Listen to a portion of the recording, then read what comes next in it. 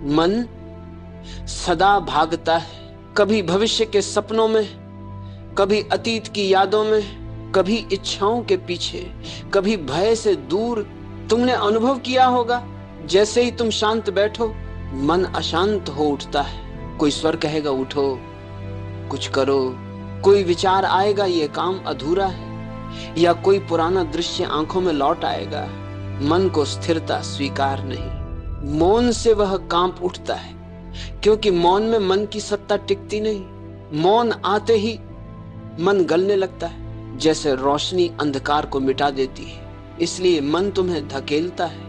वह कहेगा कल और हासिल करना है, वह कहेगा बीते कल की चूक सुधारनी है, वह कहेगा अभी अधूरा हो और चाहिए। पर सत्य यही है, मन कभी तृप्त नहीं होता। धन हो या पद, प्रेम हो या सम्मान, कुछ भी पालो मन फिर भी भागेगा। वह कभी रुकता नहीं, वह और की चाह में जीता है। उसकी जड़ है असंतोष, और यही असंतोष मनुष्य को थका देता है। जितना दौड़ो उतना रिक्त होते हो, जितना भागो उतना ही अधूरा लगते हो, क्योंकि जो चाहिए वह बाहर नहीं, वह अतीत में नहीं, भविष्य में नहीं, वह यही है, इसी क्षण में है। अगर तुम रुक जाओ, सिर्फ अभी को जी लो, तो अचानक मौन उतरता है, शांति गहराती है, और तुम स्वयं से साक्षात्कार करते हो। यहीं से असली साधना शुरू होती है।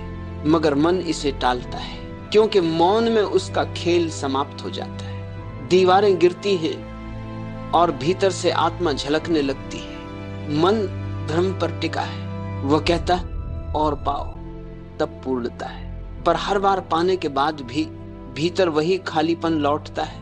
ये खालीपन शून्यता नहीं, यही तुम्हारा सच्चा स्वरूप है। पर मन उससे डरता है।